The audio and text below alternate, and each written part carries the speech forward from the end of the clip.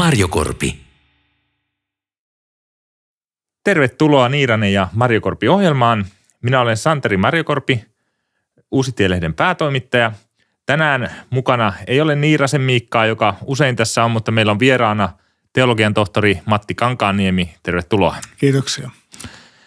Tänään puhutaan vähän tällaista ajankohtaista teemasta, nimittäin mediakritiikistä ja ehkä salaliittoteorioista ja misinformaatioista, tämän tyyppisistä teemoista, mitkä tänään on paljon pinnalla keskusteluissa. Ja Matti Kankaanniemi, sä kirjoitat semmoista Peleg-blogia, jossa voi sanoa, että aika usein teemat liittyy näihin ja on, voisiko sinä kutsua jonkunlaiseksi faktan tarkastajaksi? Mä itse vähän näen, että se on se, mitä sä siellä teet. Joo, se saattaa olla hyvin, että tosiaan mä lähdin sitä kirjoittaa niin kuin tutkivan journalismin ideasta, sitä niin kuin pohtii vähän, että minkälaisia niin kuin journalistisia tuotoksia tehdään niistä aiheista, joita mä oon itse tutkinut ja sitten sitä kautta on lähtenyt niin kuin hiukan arvioimaan sitä median toimintaa ja toimittajien niin kuin toimintaa. No, jos mietitään tämän päivän informaatiokenttää, niin se ei varmaan koskaan ollut niin monimutkainen ja haastava kuin tänään. Eli meillä on kaikenlaisia mahdollisia toimijoita, on vihamielisiä valtiollisia toimijoita tuossa heti itärajan takana ja on erilaisia ideologisia poliittisia vaikuttajia sillä kentällä, jotka ei todellakaan ole neutraaleja. Sitten on omaa näkyvyyttään etsiviä trollaajia ja influenssereita ja kaikenlaisia anonyymejä vihapuhujia ja muita. Niin tässä aika helposti tulee mieleen tämä Pilatuksen kysymys, että mikä on totuus ja mistä sen oikeastaan voi löytää, mihin voi ylipäätään luottaa. Eli miten ja mistä löytää luotettavaa informaatiota? Mitä tällä, joka näitä pohtii, mitä sä vastasit näihin ajatuksiin? Varmaan yksi semmoinen keskeinen juttu on se, että olisi useampi lähde, hiukan erilaisesta tulokulmasta tuleva lähde, jotta niin kuin karsitaan niin kuin hyvin tämmöisiä eksentrisiä niin kuin reunalle meneviä ajatuksia.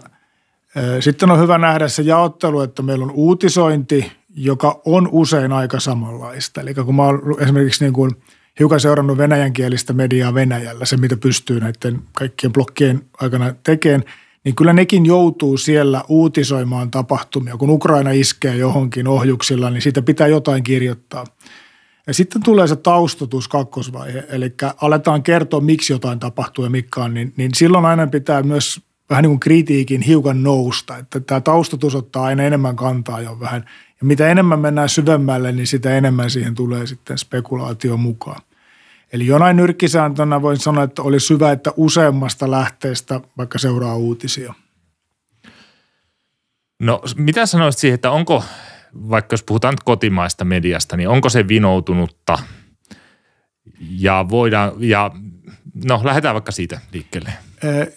Se osittain on, vähän johtuen niin kuin aiheestakin, että jos mä otan vaikka tämmöiset isot, niin kuin otan Helsingin Sanomat ja puhutaan suomalaisesta politiikasta, ihan normipolitiikasta, niin siellä on totta kai niin kuin paljon osaamista, niin kuin pitkää syvää kokemusta, politiikan toimittajia, jotka tietää ja tuntee kuvion.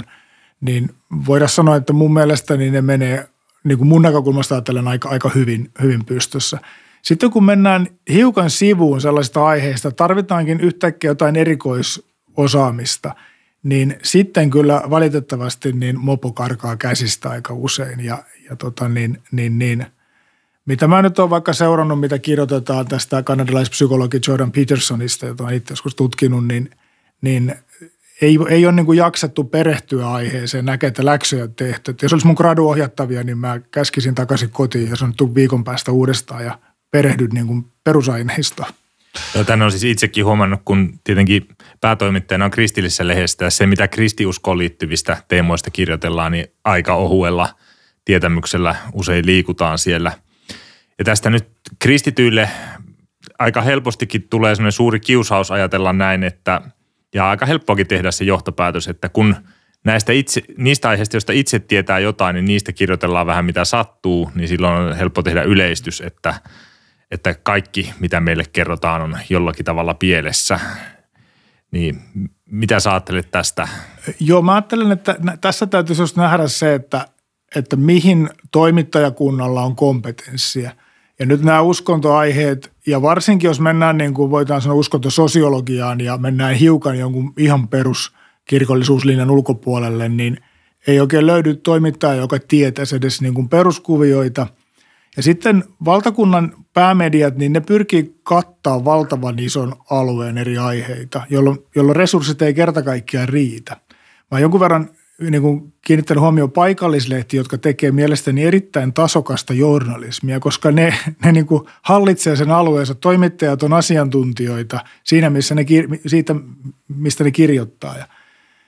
Niin, ei mun mielestäni kannata nähdä koko mediaa jotenkin vinoutuneena sen takia, että se tietyistä aiheista ei pysty kirjoittamaan niin kuin tasaisesti. No toinen keskustelu, mikä usein tässä vinoutumiskysymyksessä nousee esiin, on tämä misinformaatio ja tämmöinen valemedian nousu. Niin miten sä tekisit tämän eron niin kuin semmoisen luotettavan median ja valemedian välille ja jos niin kuin isotkin mediat on kuitenkin väärässä kirjoittaa monista aiheista, joista heillä ei ole kompetenssia, niin miten voidaan sanoa, että joku on valemedia tai joku ei? Mä oon tätä koittanut vuosia seurata ja selvittää ja esimerkiksi se on tätä MV-lehteä niin kuin seurannut vuosia ja mun mielestäni siihen ei oikein voi tehdä eroa. Se ei ole niin kuin missään tapauksessa mustavalkoinen, että se on jakaumaa. Jos mä mietin niin kuin Russia Today-kanavaa, tätä RT-kanavaa, mitä seurasin jo paljon ennen tätä Ukrainan sotaa, niin se oli laadullisesti aika hyvä. Eli siinä oli sellainen idea, että siellä oli paljon länsimaisia akateemikkoja, jotka kirjoitti ihan järkeviä juttuja. Ja sitten niin kuin se ikään kuin laimensi sitten sitä propagandaosuutta, mitä haluttiin laittaa. Mutta kyllä mun täytyy sanoa, että niitä samoja ylilyöntejä, joita mä löydän Russia Todaysta, niin mä löydän kyllä Yleisradionkin jutusta. Että tämä on kiusallinen kysymys, että arvostan journalismikoulutusta ja kaikkea tällaista, mutta jos ihan rehellisesti sanoo, niin en kyllä oikein osaa sitä leimaa tarkkaan sanoa. Että. Ja toi on hyvä.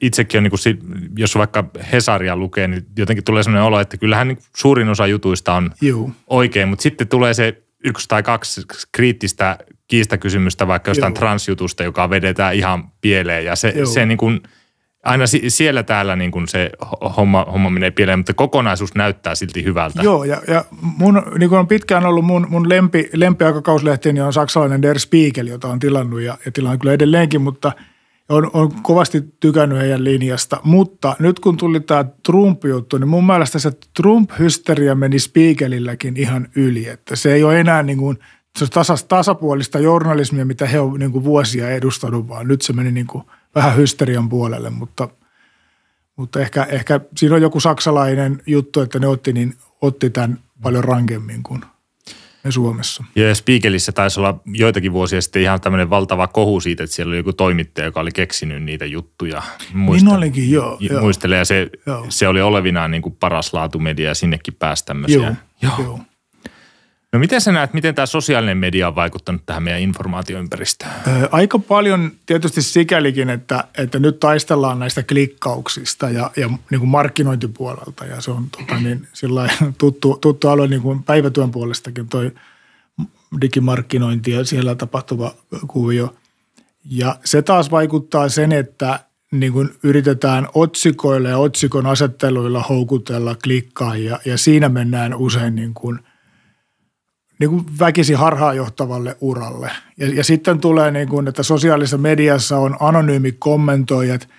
Media voi julkaista juttuja siitä, mistä nyt pöhistään jossain X:ssä. Ja mä mietin just, että jos 70-luvulla olisi ollut Hesarissa juttu, että Pieksämäen Teboililla kahvihuoneessa on kova kohina ollut tässä, niin olisi pidetty erikoisena, mutta eihän se, että jonkun X-tilillä pöhistään ole sen kummempi kuin se Pieksämäen Teboili tavallaan, että niin kuin että se on jo uutisten aihe, että mitä tapahtuu jossain reality-tv-sarjassa, mitä tapahtuu somessa, niin se on melkoinen muutos mielestäni.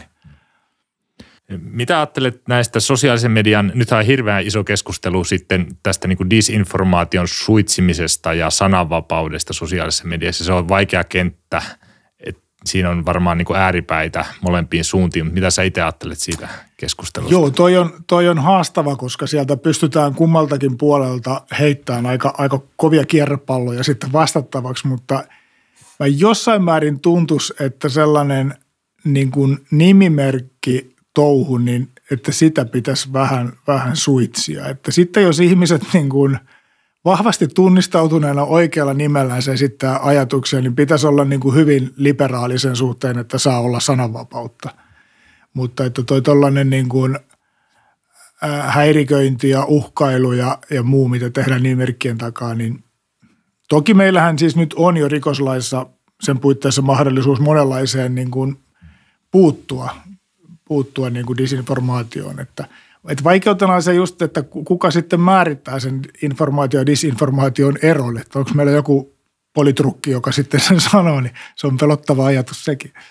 Ja nyt oli Jani Kaarolla kiinnostava kirjoitus tässä ihan pari päivää sitten siitä, että Facebookissa nämä faktantarkastajat sai vallan ja tavallaan hän sitten kritisoi sitä ihan minusta asiallisesti ja hyvin, että se ei kuitenkaan mennyt sitten ihan putkeeseen, että faktantarkastajien toiminta lopulta.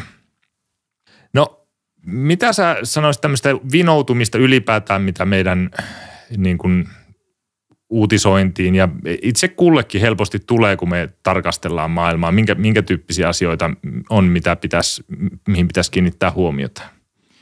No, meillä ihmisillä on tietysti tämmöinen kielteisyystaipumus, eli me kiinnitetään huomioon kielteisiin asioihin helpommin ja sitten siihen liittyy eräänlainen animismi, jonka näen, että me nähdään liittoumia, suunnitelmia, pahaa tahtoa myös ihan sattumien taustalla, ihan ihmisen pohjattoman typeryyden taustalla.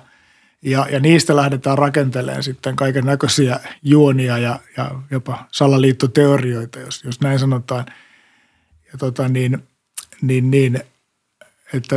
Ja sitten tärkeää olisi, että yrittäisi itsensä myös asemoida jollain kartalla, että mistä kohtaa mä tätä lähestyn. Mä oon paljon käyttänyt opettaessani josta kolmen tason mallia, että meillä on tämmöinen metataso, missä on erilaiset kulttuurilliset isot kertomukset, ideologiat, marksismi, kristinusko.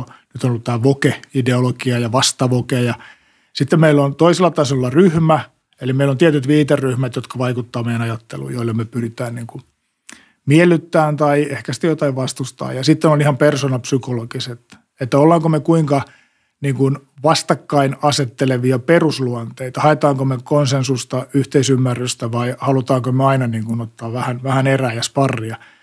Että jotenkin niin kuin koittaisi tehdä tätä analyysiä myös, että missä olen itse, missä ehkä tämä mun keskustelukumppani todellinen tai kuviteltu sijaitsee.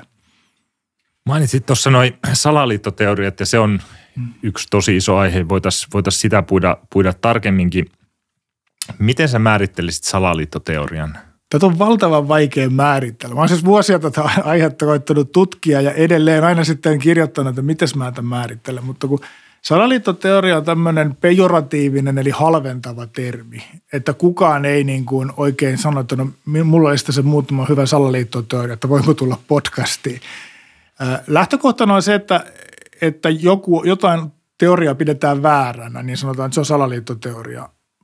Tosiasiahan on se, että monta niin sanottua salaliittoteoriaa historian varrella on osoittautunut todeksi, että joku liittouma, jossa joku ryhmä ihmisiä on tehnyt salassa jonkun suunnitelman, jonka se on toteuttanut, ja se on jonkun mielestä ollut huono asia. Tämä on niin kuin se salaliittoteorian.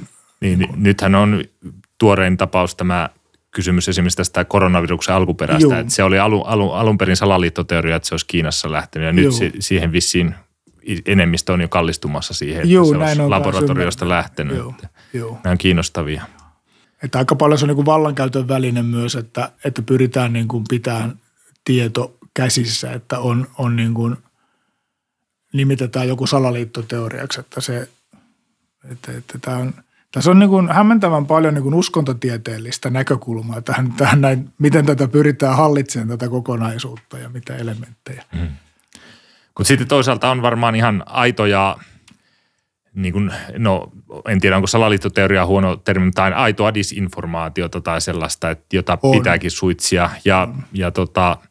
Mikä siinä on, että myös semmoinen kuitenkin sitten vetoaa jopa ihan vilpittömiin kristittyihin saattaa, että siihen niin kuin haksahtaa. Joo, on yritetty tutkia aika paljon siinä salaliittoteorioita tutkivassa niin kuin psykologian alalajissa. Ja ei ole esimerkiksi oikein löydetty yhtenäistä psykologista profiilia salaliittoteorian uskovilla. Mutta ainakin jonkinnäköinen niin kuin isomman merkityksen löytäminen siihen kuuluu, että koetaan, että ollaan osana jotain suurempaa, että tämä ei ole ihan vaan tätä arkea ja nekkileipää tämä elämä, vaan että tässä on niin kuin asetelmia, isompia asetelmia mukana. Ja sitten jotkut markkinamiehet näille teorioille on varsin vakuuttavia. Että siinä on niin kuin kovalla itseluottamuksella ja tutkija, joka tuodaan siihen, niin se voi vähän niin kuin nänkyttää narista ja hikoilla ja olla epävarma ja yhtäältä näin ja toisaalta näin. Ja sitten joku lataa siihen, että näin tämä asia on, niin se vetoo. Usein salaliittoteorioita ainakin tämmöisessä julkisessa keskustelussa pyritään liittämään jollain lailla ehkä tämmöiseen konservatiiviseen kristillisyyteen tai tämmöiseen johonkin perinteisiin ajatuksiin. Ja onko se näin? Ei. Tai siis on niin, että näin usein tehdään, mutta tämä on vinoma, koska on niin kuin ihan samalla lailla myös niin kuin vasemmistolaista salaliittoteoriaa. Tämä on ihan niin kuin alan psykologisessa tutkimuksessa niin kuin on molemmat tuotu esille, että niin kuin se on niin kuin taipumus siihen. Yksi tällainen mun mielestäni kiinnostava salaliittoteoria tällä hetkellä, mikä on saanut aika vahvaa kannatusta osassa akateemista maailmaakin, on tämä tämmöinen antigender-liike, jota on nyt lukenut vähän sen kuvioita. Ja siinä on mun mielestä niin kuin ihan samat elkeet kuin on näissä perinteisissä salaliittoteorioissa, jossa rakennellaan merkityksiä ja päätellään kaikkia isoja juttuja ihan muutaman faktan pohjalta. Ja siitä on kiinnostavaa seurata, koska käsittääkseni näillä on oikein niin kuin tutkijoita, jotka saa niihin isoja apurahoja. Joo, EU-tasolla myös rahoitetaan näitä aika isosti. Toi on hyvä. Mä kirjoitin tuosta itse pääkirjoituksenkin viime syksynä just tuosta teemasta, että tämä antigender-liike on tämmöinen moderni vasemmiston salaliittoteoria ja se on hupaisa, että mä itse muistan, että mä kuulin ehkä sanan antigender-liike ekan kerran, muistaakseni vuonna 2019. Se silloin niin kuin pomppasi yhtäkkiä ja sitten niin kuin oletettiin, että on joku tämmöinen iso liike yhtäkkiä ollut, jossa kaikki on ja sitten isot niin kuin instituutiot tukee tätä jotkut naisasian, mikä se on, naisasian liitto vai unioni tai joku tämmöinen. Tämä on tosi kiinnostavaa, että on tiettyjä niin kuin hyväksyttyjä salaliittoteorioita ja toisia, jotka ei ole hyväksyttyjä. Joo, ja se on niin kuin, ja mun on tarkoitus sitten nyt tässä jossain määrin seuraillakin nyt, että miten se homma kehittyy ja millaisia ideoita sieltä sitten ponnahtelee. No miten erottaa semmoinen terve skeptisyys erilaisia väitteitä kohtaan semmoista haitallisesta epäluottamuksesta tai yhteiskuntia romuttavasta kriittisyydestä? Mä ajattelisin näin, että olisi hyvä olla niin kuin tietynlainen perusoptimismi ja johonkin meidän on aina uskottava. Ei voi niin kuin epäillä ihan kaikkea, se menee totta kai mahdottomaksi, mutta niin varmaan vähän niinkin, että jos on kaksi hiukan eri näkökulmaa edustavaa tahoa ja niillä on joku sellainen yhteinen alue. Vaikka ravitsemustieteessä on erilaisia koulukuntia. Ja se, mikä tuntuu nyt olevan yhteinen teema kaikilla, on se, että sokeri on paha. Niin kuin, että on joitain tämmöisiä, mä olen kutsunut niitä episteemisiksi ankkureiksi. Eli että on jotain Ukraina ja Venäjän sodan uutisoinnissa. Välillä hehkutaan, kuinka Ukraina tuhoaa kohta Venäjä, jolla ei ole enää panssareita, vaan pelkkiä ladoja. Sitten on nämä, jotka pelottelee Venäjällä, että ne tulee ja murtaa kaiken. Ja sitten on se episteeminen ankkuri, että rintamalinja ei liiku mihinkään. Että joku kylä välillä vallataan vähän taaksepäin, että yritettäisiin löytää näitä episteemisiä ankkureita, niitä niin kuin tiedollisia ankkureita, joista voidaan lähteä sitten päättelemään eteenpäin. Niitä mä koittaisin hakea ja sitten siitä pikkuhiljaa rakentaa jotain kokonaiskuvaa ja käsitystä. Jotain ihmisen on ainakin syötävä. Että.